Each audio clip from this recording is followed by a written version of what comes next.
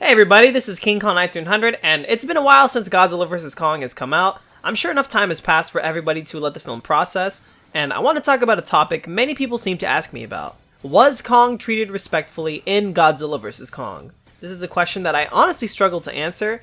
It can be a yes or it can be a no, and the reason I struggle with answering this question is because both answers seem to have extremely valid reasons and evidence to back themselves up. So let's talk about it. How Kong was treated respectfully.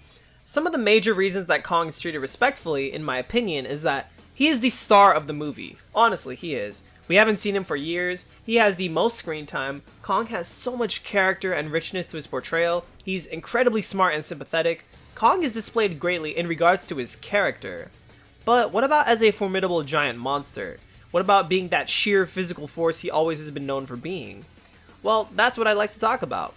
Kong has many insane feats in this movie, durability-wise, strength-wise, intelligence-wise, all of the above. So we're going to quickly go over those feats and see if he was treated respectfully. Strength-wise, Kong is impressive. For instance, he was able to toss Godzilla off the carrier when he was not at his 100% and was sedated. After being sedated and going on his Arctic Hollow Earth journey, such as taking a fall to the Hollow Earth, fighting the Warbats, scaling thousands of feet of mountains, Kong was still able to go toe-to-toe with Godzilla in Hong Kong after all of this exhaustion.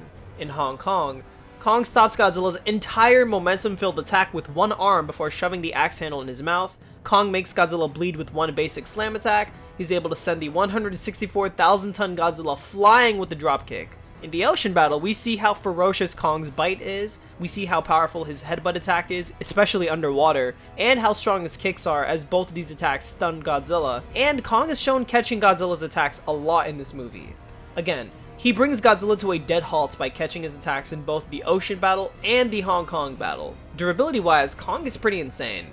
The opening credits shows us Kong has regenerative powers. As I've explained before, the Muto Prime took a claw swipe from a Godzilla who is 90,000 tons and 354 feet tall, and she bled from that attack with scarring, while Kong takes a claw swipe from a much stronger and far heavier Godzilla, and he has no visible scarring whatsoever. I actually noticed that a lot in the film. Kong did not get as bloody as I thought he would be. Kong gets stomped on with all of Godzilla's weight right after Godzilla mauled him, and another thing is that he can take Godzilla's bites. King Ghidorah got his neck ripped off when Godzilla bit him and gnawed him. Meanwhile, Kong got his neck bitten by Godzilla and gnawed at in the same motion. He got thrown around by bites to his neck and his shoulder, and instead of getting his arms ripped off the same way Ghidorah would his necks, Kong only gets a dislocated shoulder. Not bad at all, considering his arms are much more densely packed than Ghidorah's necks are. We should also remember that Kong took a fall to the Hollow Earth. He took one insane fall, and right after he just continued trekking through the place without any sort of problem. Not to mention that he takes a charge that could keep Vegas lit for a week when he gets revived. That's also pretty badass. Kong does have a lot of heat resistance. Explosions don't faze him, which is a given since he's a Titan, but from what we've seen, he's able to survive a direct shot of Godzilla's atomic breath. That's right. In the Monsterverse, Kong does take Godzilla's atomic breath. Now, people say it's just a graze, but it's a direct hit, and you can see this when played frame by frame. Kong gets his back scorched, he gets his arms scorched, Godzilla lands a direct hit. Kong does survive the breath here, but because he's mid-air, he's been shot out of the sky, so when he lands on the ground, he doesn't look all that hurt by it. I mean, he roars in anger, yeah, and he pats the flames out, but then he just continues on with his parkour. I'm not saying it didn't hurt him, it did, but I don't think the atomic breath would completely one-shot him if Godzilla had landed a longer hit. So as far as we know, and from what we've seen, Kong can take Godzilla's atomic breath, but he obviously prefers not to since, it does still hurt. And finally, one major durability feat Kong has in this film that I immediately noticed was that Kong actually survives the axe blast that knocks Godzilla out. Kong gets up from this blast way quicker despite him being the one with way more momentum being thrown into the blast. I mean, Kong had his entire body weight being thrown into the blast, and once the axe detonated, Kong is the one who gets his momentum shifted entirely. So Godzilla is notorious for tanking nukes, yet this blast knocked him out, meanwhile Kong got right back up. That's kinda crazy when you really start to think about it.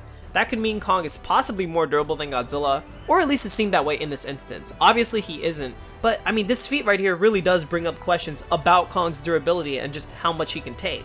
So Kong does have some great durability feats compared to Godzilla here and throughout the movie. And of course, Kong is extremely impressive stamina-wise, what with going toe-to-toe with Godzilla while sedated and on Godzilla's own turf. Kong exerted a fuck ton of energy in the Arctic, taking the fall to the Hollow Earth and just roaming around the place without much problem.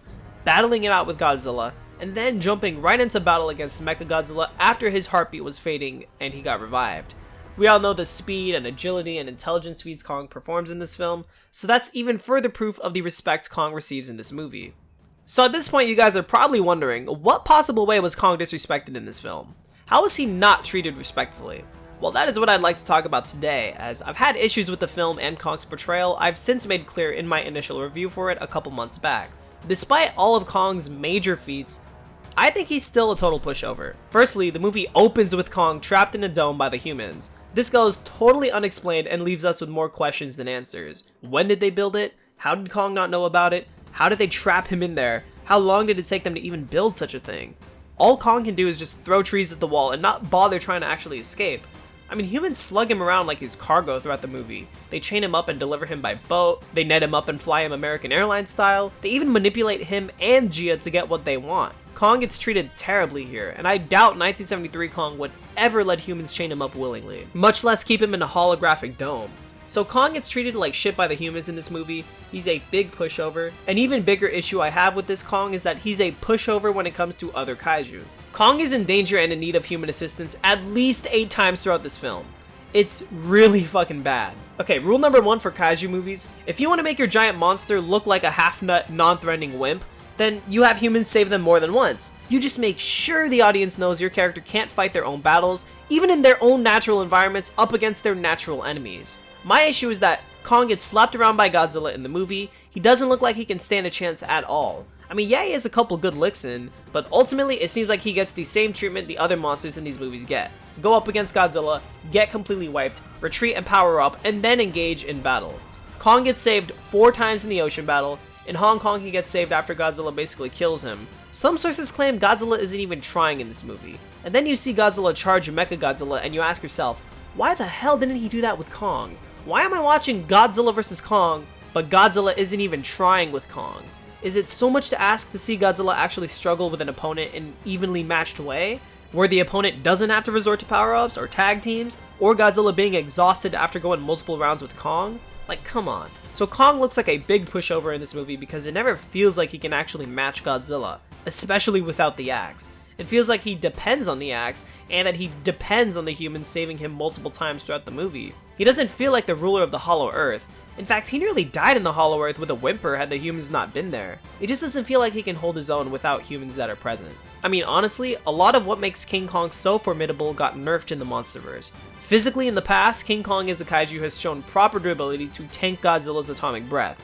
If he had this characteristic carried over into the Monsterverse, considering he's a Titan, he'd logistically be able to tank Godzilla's atomic breath and make the battle 10 times more interesting. And this is because Godzilla would not be allowed to use his atomic breath in the fight thanks to Kong being able to not only outmaneuver it, but also survive multiple hits from it. Godzilla would be forced to think up a different fighting strategy, and that is something we haven't really seen this Godzilla do before. In terms of Kong's physical strength, you would think Kong would be flipping Godzilla over or swinging him from his tail, or actually throwing some mad punches and combos. Remember what a nasty fighter Kong used to be in 2005? Or what a powerhouse he was in 1933 fighting against that far larger meat eater? Even against Godzilla in 1962, Kong was shown to be such a powerful force. Remember the tackle, the judo flip, or his relentless punches? A lot of what has made Kong such a ferocious fighter in hand-to-hand combat throughout the years seems to be all but gone in the Monsterverse. So part of me does see Kong getting downplayed quite heavily here. You can see how inexperienced Kong is in the final battle. He misses some attacks such as the initial engagement, and when he's on Godzilla's back. I mean, in that part, he doesn't even slam down Godzilla's head or bite him with those massive jaws and canines. He just gets flung off pretty effortlessly, and it costs him the entire battle and almost his life. And then in the Hollow Earth against the Warbats, Kong nearly gets killed here after getting constrained and dropped to his knees. I mean, you see what I mean? He's always on the ropes, he doesn't feel formidable or that he could actually take a monster like Godzilla the distance. He doesn't exactly have the skill other Kongs may have had, and because meanwhile in lore, there is a other Kong who defeated Godzilla without an axe. Godzillas went to war with Kongs and vice versa. Both species killed members of the other species. Look, Kong has many astounding feats in the film, but ultimately he's written to be nothing compared to Godzilla. That's my biggest problem. Kong definitely has a lot more feats under his belt than monsters like Ghidorah, but at the same time, he still gets treated like all the other monsters, which is them always losing or having to go power up in order to win a fight against Godzilla or come close to it. So what's the answer? Well, on one hand, we get to see a Kong who gives Godzilla a very tough fight. He has many astounding feats all around, and he ultimately is treated as the star of the show. But on another hand, Kong doesn't seem to be much of a challenge to Godzilla, who's the other titular character. We paid to see the two fight, and the fight isn't really evenly matched. It isn't much of a challenge to Godzilla, and that right there is the inherent problem. The fight being a challenge to one character is equally as important as it is being a challenge to the other character. It doesn't matter who's the main character of the story or who the underdog really is. Rocky lost against Apollo, but Apollo didn't wipe the floor with him and completely toy with him, did he? No, Rocky lost, but he still took Apollo the distance. Kong never really took Godzilla the distance, and even when he did, he was using a weapon. So Kong not really being a challenge for Godzilla is a huge negative, and so is Kong being treated as a total pushover throughout the movie. This includes getting hauled around like helpless luggage, getting saved by humans, and even Godzilla a total of 8 times throughout the film, and of course, not being a challenge to Godzilla in the long run. So to answer if Kong was treated respectfully, it depends on how you look at the positives and negatives. For me, personally, I think that the negatives severely outweigh the positives. And so ultimately, I believe Kong was not treated respectfully in Godzilla vs. Kong, and that is Legendary's big Kong problem. He's got some great character, but as a powerful kaiju-sized force with an incredibly important character legacy and potential for amazing battles, he was not done respectfully. Yo guys, this is future me wanting to add on to what I said earlier. So this video was actually supposed to come out before my most recent one did, which I hope you all understand. I gotta defend my honor, right? But in a way, I'm glad I came out with my most recent video first, because I got to truly break down Kong's power feats in that movie, and I came to the conclusion that I'm happy Kong is powerful, I'm happy he's durable as hell, but ultimately it boils down to the writing of Kong and how he's portrayed as a kaiju. And ultimately, the battles are the most important thing. And I feel like they were pretty one-sided and that Kong was pretty much severely downplayed, as he isn't exactly living up to his full potential, as I hopefully explained well in this video. And of course, like, I think Kong is kind of a pushover, but, you know, at the same time, I don't want people to undermine his accomplishments and his feats, especially against the particularly powerful Godzilla he's going up against. So 2021 Kong is great, but as a kaiju, I don't think he's really had a chance to shine. And had he taken Godzilla the distance, it would have truly been much better. But at the end of the day, that's all I want. Better. And I think you all should too. But that's just what I think. Let me know what you all think down below. Was Kong treated respectfully? Do you agree with my points or any of my views on Kong? Let me know what you guys think down below. Please leave a like, comment, and subscribe for more. This is King Kong 9100 signing out. Until next time, bye bye.